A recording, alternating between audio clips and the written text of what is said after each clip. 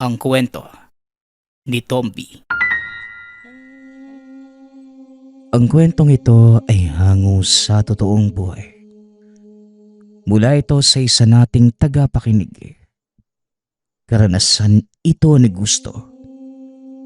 Walang eksaktong taon. Probinsya. Ang Zamboanga. Minsan ang lakas ng isang tao o nilalang ang nagiging dahilan ng pagkaligaw ng kanilang landas. Ito ang naging karanasan ng ating tampok na karakter mula sa angka ng mga Subanon. Kilala sa kanyang tribo bilang malakas na mandirigma. Wala ni isa sa mga kasabayan ang nakatalo sa labanan, kahit pa ang mga nauna sa kanya. Natatakot ng lumaban dahil na din sa angkin nitong bilis. May kakaibang biyaya ang binata mula sa kalikasan at ito ang kinatatakutan, maging na mga nilalang at elementong nasa paligid. Ngunit dahil sa taglay niyang lakas, naging mataas ang tingin ni Gusto sa sarili, bagay na kinaiinisan sa kanya ng marami. Hanggang sa nagpasya ang mga nakakatanda sa kanilang baryo, nabigyan ito ng aral. Gusto, ipinapatawag ka ng lupo ng mga nakakatanda para ipaalam sa iyo ang pasya ng nakararami. Masyado ka nang nagiging mayabang, mapagbataas at walang pakundangan sa pagsasalita. Wika ni Miyong. Teka, kasalanan ko ba kung mahina ang mga kasabayan ko? Pero sige, kung ano man na maging parusa niyo sa akin, tatanggapin ko ng buong puso. Tugon ni Gusto. Napagpasyahan ng lupong ito, napalayasin ka na sa nayon. Hindi ka makakabalik hanggat hindi mo natututunang ibaba ang iyong sarili. Palayasin. Bakit? Dahil ba mas malakas na ako kaysa sa inyo? Nakakatawa kayo. Bakit hindi nyo na lang aminin na ayaw nyong malamangan? Wika ng binata. Biglang tumayo ang isa sa mga kasapi ng lupon. Si Tandang Fabio, ang lolo ni Gusto. At talagang sumusobra na ang ugali mo, Gusto. Hindi ka pinalaki ng iyong ama para sumagot ng ganyan sa lupo ng mga nakakatanda.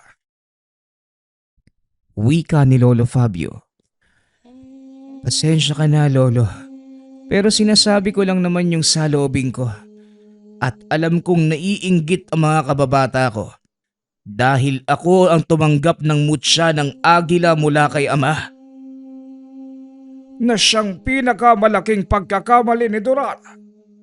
Noon pa man, binalaan ko na siya na huwag magpapasya ng padalos-dalos. Masyado ka pang bata para sa napakalaking gampanin. Hangal ang iyong ama. Hindi hangal si tatay, Lolo. Alam niyang ako lang ang karapat-dapat na magmana ng kanyang mutya. Kaya sa akin ito napunta. Malaki ang panghihinayang ko sa iyo, Gusto. Inakala kong lalaki ka kagaya ng iyong ama. Marangal at mapagkumbabang mandirigma. Pasensya na, Lolo. Pero hindi ako kagaya ni tatay. Napagpasyahan na ang hatol mo. Sa pagsikat ng araw, ihahatid ka sa labas ng nayon. Sa oras na makalabas ka, wag na wag kang lilingon.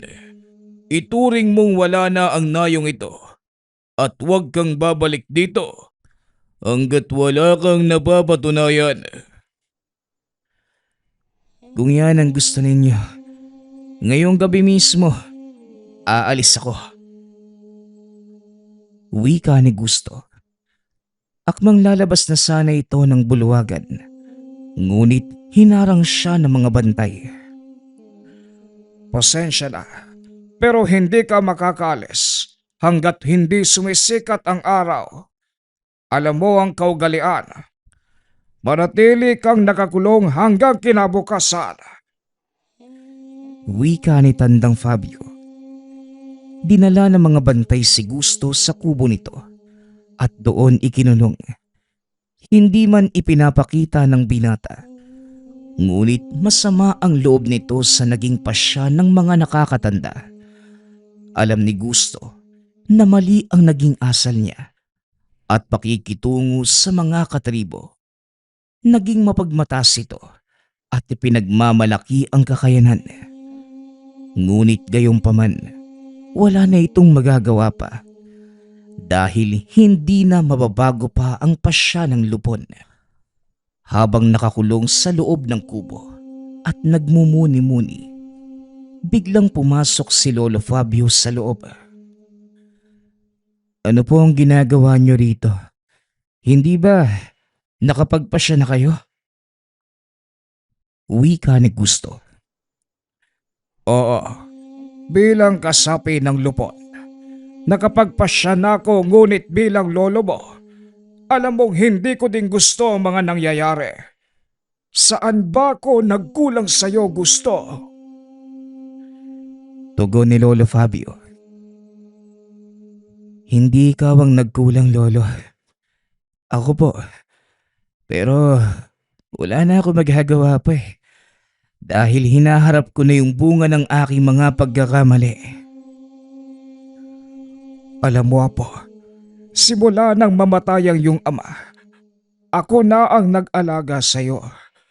Kilala kita, Gusto. Isa kang mabuting bata. Malayo ka sa nakikita ko ngayon. Kaya malaking katanungan sa akin kung ano ba talaga ang nangyari. Hindi ko din alam, Lolo. Siguro, tama lang yung naging pasya ng mga nakakatanda. Kailangan kong lumayo sa kinaugalian kong lugar para tuklasin ang mas malawak na saklaw ng mundo. Matalino kang bata, Gusto. At alam kong malalampasan mo ang lahat ng ito. Kahit gaano pa mang kahirap ang pagdaanan mo, wag na wag kang susuko, Apo. Patunayan mo sa lahat na isa kang subanon. Wika ni Fabio. Matapos ang pag-uusap na yon, lumabas ng kubo ang matanda. Tumatak sa isipan ni Gusto ang lahat ng mga sinabi ni Tatang Fabio. Hindi na nagawang makatulog ng binata hanggang sa sumapit ang pagsikat ng araw. Pagkalabas nito sa kubo, nakaabang na ang mga mandirigma ng tribo at handa na siyang samahan palabas ng nayon. Ngayong araw ay papatupad ang hatol sa iyo, Gusto. Ngunit huwag mo sanang isipin na ginagawa namin ito para lalo kang mapariwara. Nawa ay gamitin mo ang panahong ito upang pagnilaya ng lahat ng mga ginawa at mga gagawin mo. Wika ni Tandang Miyong. Hindi na sumagot pa si Gusto. Marahan itong naglakad habang nakatingin sa mapanghusgang mata ng mga katribo. Sa likod ng binata, nakaumang ang sibat ng mga kapwa mandirigma. Hindi para itaboy siya palayo, kundi para ipadama ang kanilang pamamaalam. Kagaya ng nakaugalian, hindi na lumingon pa ang binata. Dire-diretso lamang ito. Tuloy-tuloy itong tumakbo papasok sa kagubatan hanggang sa marating nito ang hangganan. Hanggang sa huminto ang binata, pinagmasdan ang malawak na kapatagan. Sa hindi kalayuan naman, natanaw nito ang maliit na nayon. Hindi pamilyar kay Gusto ang lugar, ngunit kailangan ito ng matutuluyan. Kaya nagbakasakaling makahanap sa lugar na yon.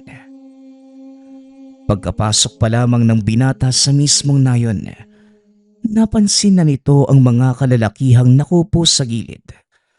Pinaghahatian nila ang nahuling baboy ramo.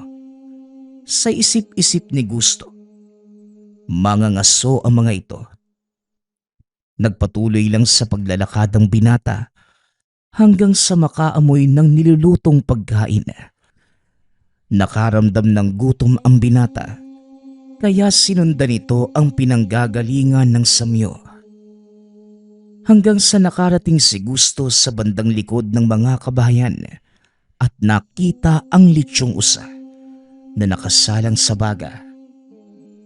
Nagpalingon-lingon ang binata sa paligid upang tignan kung meron bang ibang tao, at nang masigurong nag-iisa lamang sa lugar, walang pagdadalawang isip na sinunggaba ng pagkain. Ngunit bago pa man ito mahawakan ang litsyon, ay may biglang pumalo sa kanya. Aba, ang lakas ng loob mong nakawin yung pagkain ko ha. Teka, hindi ka taga dito ano? Nilingon ni Gusto kung sino ang humampas sa kanya at nakita ang isang dalaga na may hawak na kapirasong kawayan. Aray ko, masakit yun ah. Hindi mo naman kailangang mamalo. Malay ko bang sa'yo yung pagkain to? At oo, hindi nga ako taga rito. Tugon ni Gusto habang hinihimas ang batok. Alam mo, masama pa din yung magnakaw ng hindi sa'yo, kaya nararapat lang yung ginawa ko. Napakadamot mo naman. Diyan ka na nga. Wika ni Gusto. Akmang lalakad na sana ito palayo nang bigla siyang tawagin ng dalaga. Sandali lang, hindi ko kayang ubusin yung isang buong usa. Halika, saluhan mo ko. Wika ng babae. Di bale na lang, kainin mong mag-isa mo. Tugon ni Gusto. Sus, kunwari ka pa ha. Alam kong gutom ka na din. Tara na. O sige, dahil pinalo mo ako sa likod, tatanawin kong paghingi ng paumanhin ng alok mong pagkain. Alam mo, kasalanan mo din naman yun ah. Kaya bakit ako hihingi ng paumanhin sa'yo? Saka ayoko lang masayang yung pagkain no? Kaya kita inaalok. Bahala ka nga. Basta ako, kakain ako at nagugutom na. Wika ni Gusto. Pinagsaluhan ng dalawa ang litsyong usa. At habang kumakain, napansin ng dalaga ang kasuotan ni Gusto. Base sa kasuotan mo, isa kang subanon ano? Hindi ba? Lumalakad kayong magkakasama? Anong ginagawa mo rito mag-isa? Tama ka. Dati akong subanan. Pero simula kaninang umaga, hindi na. Tugon ni Gusto. Ngunit sadyang makulit ang dalaga. Ha? Anong ibig mo sabihin? Mahabang kwento at ayoko ng pag-usapan. Kaya pwede ba? Kumain ka na lang? Ano ba yan? Napakagaspang naman ng ugali mo. Kaya ka siguro iniwan ng... Hindi na naituloy ng dalaga ang sasabihin dahil biglang binunot ni Gusto ang patalim sa kanyang bewang at itinutok sa leeg. O sige, ituloy mo at sisiguraduhin ko sa'yo. Yan na ang huling katagang sasambitin ng matabil mong dila. Ngunit walang takot na naramdaman mula sa dalaga. Sa halip, tumawa pa ito. Masyado kang mainit. Oo na, hindi na ako magsasalita. Ibaba mo na nga yung laruan mo. Mamaya makasugat ka pa eh. Pang-asar ng dalaga. Muli namang isinilid ng binata ang patalim at dali-daling tumayo. Maraming salamat sa pagkain. Mauna na ako. Kailangan ko pang humanap ng matutulugan. Matutulugan? Bakit hindi ka na lang sumilong sa ginawa kong kubo? Bukas ka na magpatuloy. Medyo nagdidilim na ang langit at siguradong babagsak ang ulan. Isa pa, palubog na din yung araw oh. Sige ka, maraming nagkalat na nilalang sa gubat na gusto kang gawing hapunan no? At ako pa talaga ang tinakot mo no? Kung sa bagay, hindi mo nga naman ako kilala. Wika ni Gusto. Muling naupo ang binata sa tabi ng dalaga. Natawa ito at lalong inasar si Gusto. Kung hindi ka takot, bakit hindi ka tumuloy? Ano kasi, ayoko sa ulan. Malamig sa balat. Oo nga, tama ayoko mabasa no? Ikwento mo sa pagong. Wana? Wana, ano ang ibig mong sabihin doon? Ay nako, ingot ka din pala. Wana yung pangalan ko. Ikaw anong pangalan mo? Wana ang pangalan mo. Gusto naman ang sakin. Ikinagagala kitang makilala, Gusto. O siya, magpahinga na tayo. Maagang natutulog yung mga tao sa nayon. Baka pagkamalan pa tayong magnanakaw eh. Pag-uusap ng dalawa. Nahiga ang binata malapit sa ginawang siga. Pinagmasdan nito ang mga bituin. Bumalik kay Gusto ang masayang araw na kasama ang mga katribo. Hindi nito namalayan na unti-unting tumutulo ang luha sa mga mata. Uy, bakit ka naman umiiyak? Wika ni Wana. Anak ng kabayong gala, bakit ka ba nanggugulat? Hindi ako umiiyak no? Naluluha lang ako dahil sa mga bituin. Saka anong ginagawa mo rito? Doon ka nga sa loob ng kubo. Kababae mong tao eh. Tugon ni Gusto. Alam mo Gusto, hindi bagay sa iyo yung magsungit mo. Malayo sa itsura mo yung ipinapakita mong ugali. Pwede ba? Matulog ka na lang dun sa loob. Alam mo, umalis din ako sa amin. Dahil gusto kong patunayan sa mga katribo ko na kahit babae ako, kaya kong mamuhay ng hindi umaasa sa mga kalalakihan. Ang sabi mo hindi na ituloy ng binata ang sasabihin dahil nakita nitong nakapikit na ang dalaga habang nakahiga sa kanyang tabi. Tumulo ang luha nito. Alam ni Gusto na may mabigat na pinagdadaanan si Wana. Ako naman, umalis sa nayon namin bilang parusa. Parusa? Bakit? Ano bang ginawa mo? Naging mapagmatas ako. Masyadong mababa ang naging tingin ko sa mga katribo. At minsang nakakapagbitaw ng hindi magandang mga salita. Lalo na kapag nagkakamali sila. Hindi nakapagtataka. Napakasungit mo kasi. Ako naman, ayokong mamuhay sa kaugalian ng aming tribo. Umaasa ang lahat sa mga kalalakihan na kung tutuusin, may kakayanan naman kaming mga babae na mamuhay kahit walang tulong yung mga kalalakihan.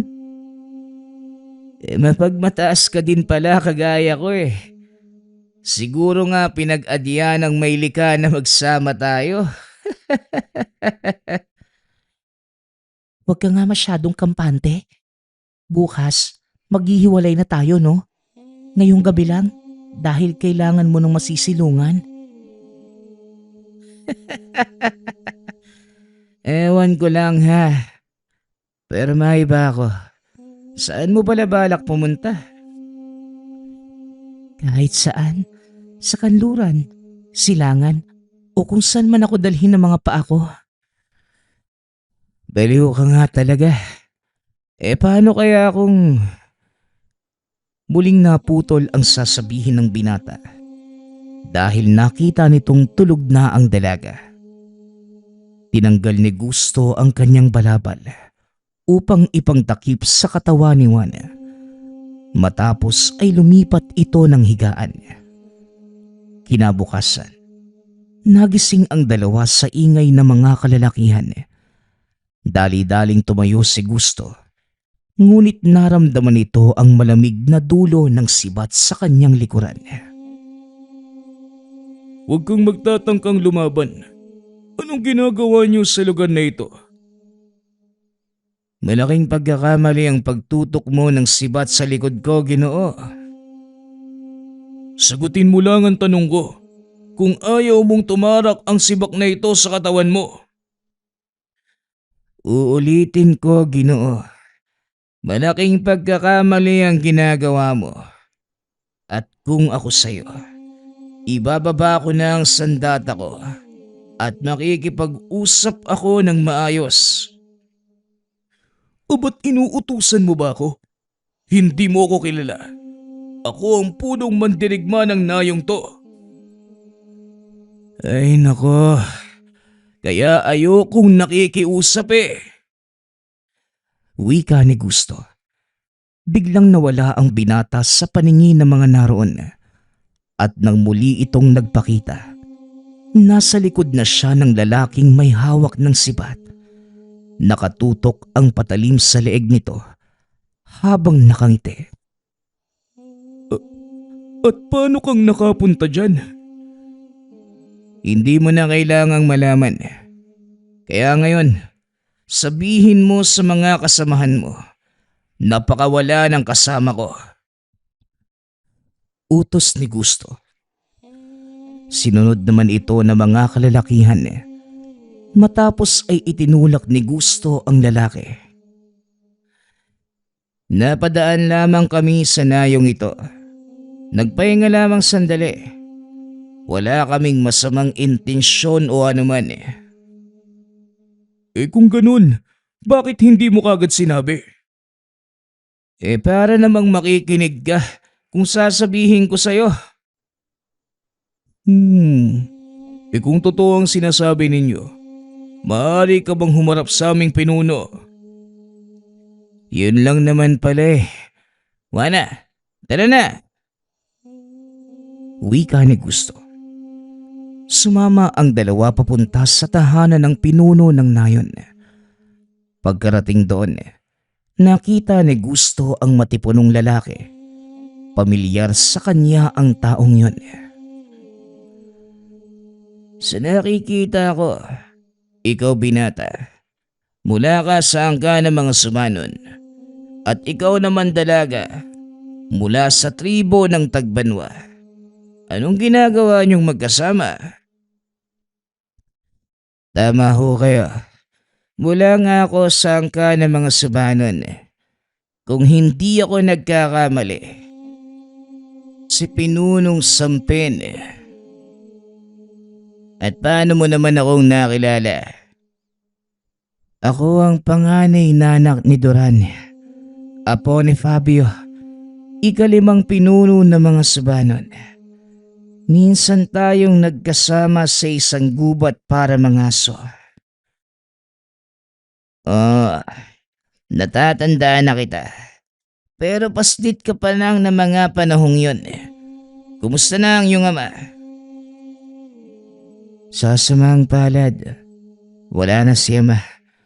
Muling naibalik ang pamumuno sa aking lolo Fabio nang mamatay siya. Kung ikaw ang panganay na anak, bakit hindi ikaw ang humalili kay Duran? Hindi ho ako karapat-dapat. Marami pa akong dapat patunayan. Ngayon kung inyong mamarapatin punong Sampin, kailangan na naming magpatuloy sa paglalakbay. Bakit hindi muna kayo manatili para sa pananghalian? Magpapahanda ako ng maraming pagkain bilang pagsalubong sa aking mga panauhin. Paumanhin po punong sampin. Ngunit maling tao ang pag-aalayan niyo ng piging. Maraming salamat na lang. Mauuna na kami ng aking kasama. Kung yan ang gusto mo. Adong, padalhan sila ng isang buhay na baboy ramo. Hindi na ho punong sampin. Kaya kong mangaso. Isa pa mabigat na pasanin ang buhay na baboy ramo. Oo nga naman. O siya, umayo na kayo. Mga kawal, ihatid sila sa hangganan ng ating nayon. Pag-uutos ng pinuno. Hindi na nagsalita pa si Juana na mga sandaling yun. Hinayaan na lamang nitong magsalita si Gusto hanggang sa makalabas sila sa nayon. Alam mo, ibang klase ka talaga. Nagawa mong tanggihan ang alok ng isang pinuno? Wika ni Juana. Alam mo, pareho lang kaming mula sa mataas na angkan. Kaya may karapatan akong tumanggi. Bilisan mo na ang paglalakad. Tugon ni Gusto. Teka, maalala ko, paano mo nagawang mapunta sa likod ng mandirigma kanina? Ay nako, yan ka na naman sa mga tanong mo Mamaya ko na lang sasagutin ang mga yan. Kailangan muna nating makalayo sa lugar na ito. Pag-uusap ng dalawa. Nagpatuloy sa paglalakad ang dalawa. Hanggang sa makarating sa gubat. Medyo tirik na ang araw ng mga sandaling yun. Kaya naisipan ng mga itong magpahinga. Umakyat ng puno si Gusto. Samantalang si Juana naman nanatili sa paanan. Nakaupo ang dalaga at pinagmamasdan ang mga nagliliparang insekto. Maya-maya pa, biglang tumahimik ang kapaligiran. Tumalon mula sa sanga si Gusto at lumapag ito sa harapan ni Juana hawak ang kanyang patanim. Teka, anong nangyayari Gusto? Huwag kang maingay. May nararamdaman akong paparating. Tugon ng binata. Maya-maya ay nakita ng dalawa ang figura ng malaking nilalang. Palabas ito mula sa masukal na bahagi ng gubat. Nanlaki ang mga mata ni Juana dahil tila malaking unggoy ang mabilis na sumusugod papunta sa kanilang kinatatayuan. Juana, huwag kang aalis sa likuran ko. Amumongo ang isang yan at siguradong malalasog ang katawan mo kung sakaling mahuli ka niyan. Babala ni Gusto. Anong ginagawa niyan dito? Tanong ng dalaga. Ang tanong, anong ginagawa natin dito? Teritoryo niya ang lugar na ito at normal lamang na protektahan ang kanyang nasasakupan. Kung ganun, anong gagawin natin? Ako nang bahala, Juana. Basta wag kang gagawa ng kahit anong ikagagalit ng nilalang na yan. Wika ni Gusto. Marahang naglakad ang pinata palayo kay Juana. Sinadya nitong lituhin ng nilalang para hindi mapansin ang dalaga. Ngunit sa kasamaang palad, dumampot ito ng kapirasong patpat. Bagay na ikinagalit ng amumongo. Ay nako, sinabi ko nang huwag kang gagawa ng ikagagalit ng nilalang na yan bakit? Ano bang ginawa ko? Ay nako, mamaya ko na ipapaliwanag. Tumakbo ka na! Wika ni Gusto. Mabilis na tumakbo ang dalawa habang hinahabol ng amumongo.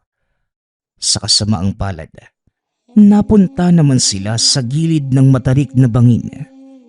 Wala nang pagpipilian ang binata, kundi labanan ang galit na amumongo.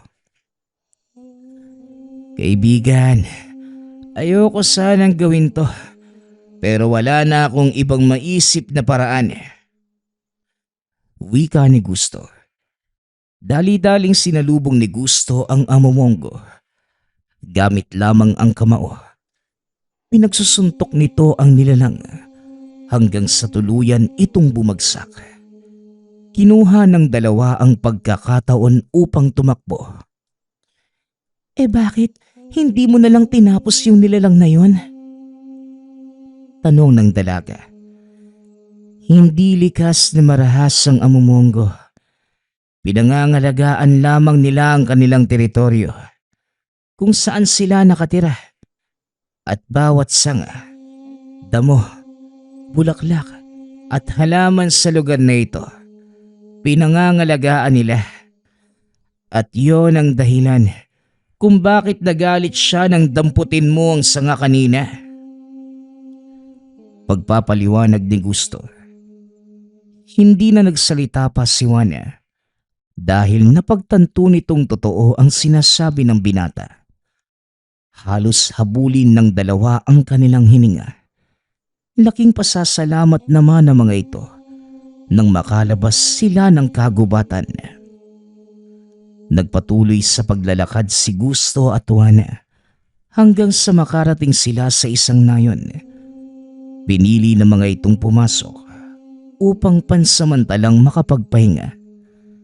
Ngunit laking gulat ni Gusto dahil may mga bungo ng taong nakasabit sa paligid. Nako, mukhang maling nayon ang napasok natin, Juana. Oo nga, parang baryo ng mga aswang ang lugar na ito. Tara na, Gusto, lumabas na lang tayo. Wika ni Juana. Babalik na sana ang dalawa sa pinanggalingan nang bigla silang harangin ng mga tao. Kakaiba ang kulay ng balat ng mga ito. Nanlilisik ang mga mata at ang iba ay naglalaway pa. Pilit hinahawakan ng mga ito si Juana. Tinatapik naman ni Gusto ang kamay ng mga ito. Mukhang tama ang sinabi mo, Juana. Baryo nga ng mga aswang ang napasok natin. Huwag kang lalayo sa akin at manatili ka lang sa likuran ko. Wika ni Gusto. Inilabas ng binata ang patalim at nilabanan ang napakadaming mga aswang. Dito na namalas ni Juana ang malaagilang kilos ni Gusto. Kakaiba din ang linaw ng paningin nito. Medyo palubog na ang araw na mga oras na yon. Ngunit walang kahirap-hirap na nakikipagsabayan si Gusto sa mga kalabang aswang. Patuloy itong nakipaglaban hanggang sa makalabas na sila ng nayon. Nako, tinamaan ng lintik. Mukhang minamalas tayo ah. May balat ka yata sa... Huwag mo nang ituloy. Sasampalin kita. Ay nako, ano ba namang kapalaran to? Ang akala ko, makakapagpahinga na tayo eh. Oo nga eh, kahit saan tayo magpunta, may panganib na nakaabang. Ang mabuti pa, manatili na nga lang muna tayo sa isang lugar. Mabuti pa nga, pero wag dito. Hindi kalayuan ng baryo ng mga aswang. Siguradong maglalagalag yung mga yon para maghanap ng pagkain. Ayoko maging hapunan Gusto, no? Huwag kang mag-alala. Akong bahala sa'yo. Tara, subukan nating pumunta sa gawing kanluran. Wika ni Gusto. Naglakad ang mga ito hanggang sa marating ang malawak na kapatagan. Gumawa ng siga ang dalaga at nangaso naman si Gusto para may makain. Habang naghahanda ng nahuling hayop, hindi maiwasan ni Juana ang magtanong. Yung ginawa mo kanina sa baryo ng mga aswang, bakit Parang malaagila ka kung kumilos. Aswang ka din siguro, ano? Tanong ni Juana. Hindi ako aswang, Juana. Ang kakayanang ginagamit ko kanina ay mula rito. Tugon ni Gusto. Sabay pakita ng suot niyang kwintas. Gawa ito sa pinatuyong paa ng agila. Ano naman yan?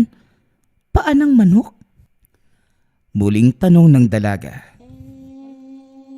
Alam mo, kaunti na lang at kukutosan na talaga kita.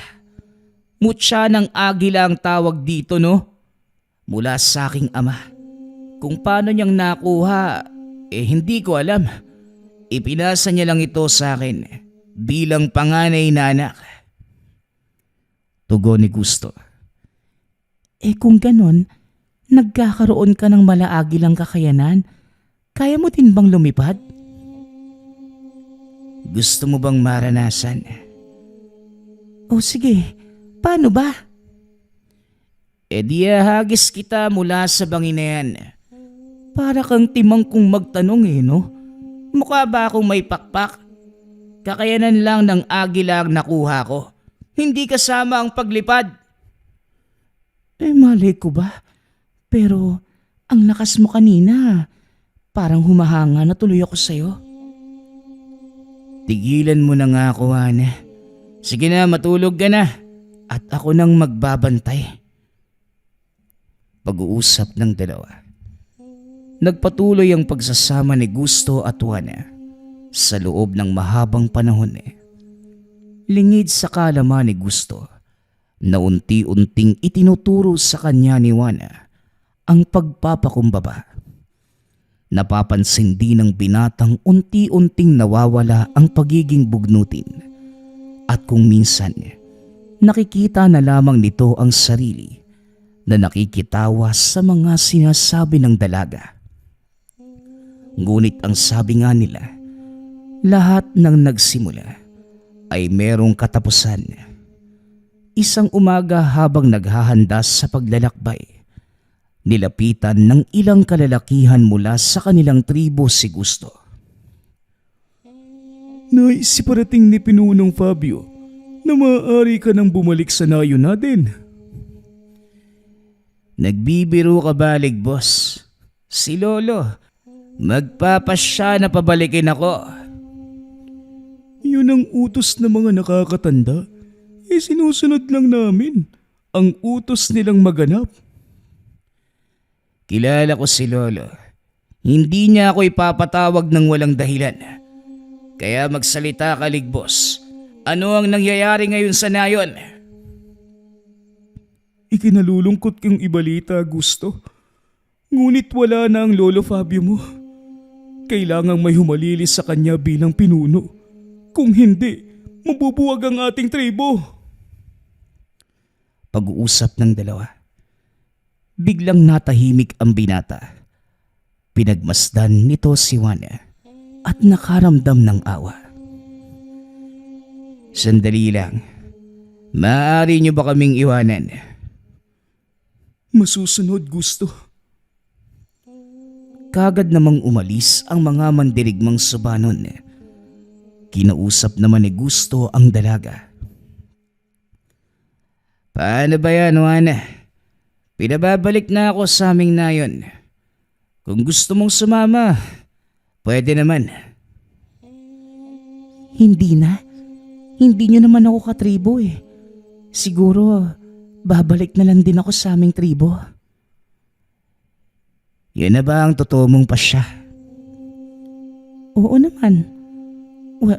Wala na akong makakasama Sumama ka na sa akin, Juana. Alam ko ang katotohanan tungkol sa nayong pinagmulan mo. Wala ka nang babalikan. Nagulat si Juana sa mga sinabi ng binata. Hindi nito akalaing alam ni Gusto ang katotohanan sa likod ng kanyang paglisan. Paano mong nalaman? Hindi na mahalaga yun, Juana. Ayokong ungkatin ang masasakit mong alaala. Sumama ka sa akin at mamuhay ng mapayapa sa aming nayon. Wika ni Gusto. Ito nga ang nangyari. Sumama si Juana sa binata at pinakilala niya ito sa lahat. Nakita din ng mga katribo ang malaking pagbabago sa ugali, maging sa pananalita ng binata. Itinanghal na pinuno si Gusto. Kalaunan ay kinasal kay Juana at nagkaroon ng sariling pamilya. Malaki ang naitulong ng dalaga sa pagbabago ng ugali ni Gusto. Aminado naman ang binata na yon ang unang pagkakataon na may nakilala siyang halos kapareho ng ugali. Tuluyang nagbago ang pananaw ng binata sa buhay. Naging mas mapagkalinga ito sa kanyang nasasakupan. Naging mapagkumbabang pinuno na handang makinig sa payo ng mga nakakatanda. Kinilala si Gusto bilang patas at mabuting pinuno. Maging si Juana, tinanggap ng mga subanon bilang isa sa kanila. Hindi inakala ni Gusto na tuluyang magbabago ang kanyang buhay. Napagtanto din ito na mas masaya ang kapaligiran kung nagkakasundo at walang taong nagtatanim ng sama ng loob sa isa't isa. Buong pusong pinamunuan ng mag-asawang Juana at Gusto ang mga subanon. Magpasa hanggang sa kasalukuyan. Bagaman lumang kasaysayan, may ilan pa ding nakakaalam ng kwento tungkol sa isang mandirigmang nabiyayaan ng kapangyarihan mula sa mutya ng agila. Nagpapasalamat nga pala ako sa lahat ng sumusuporta sa ating channel. Nawa ay patuloy niyong suportahan at pakinggan ang ating mga kwento. Hanggang sa muling pakikinig. Paalam.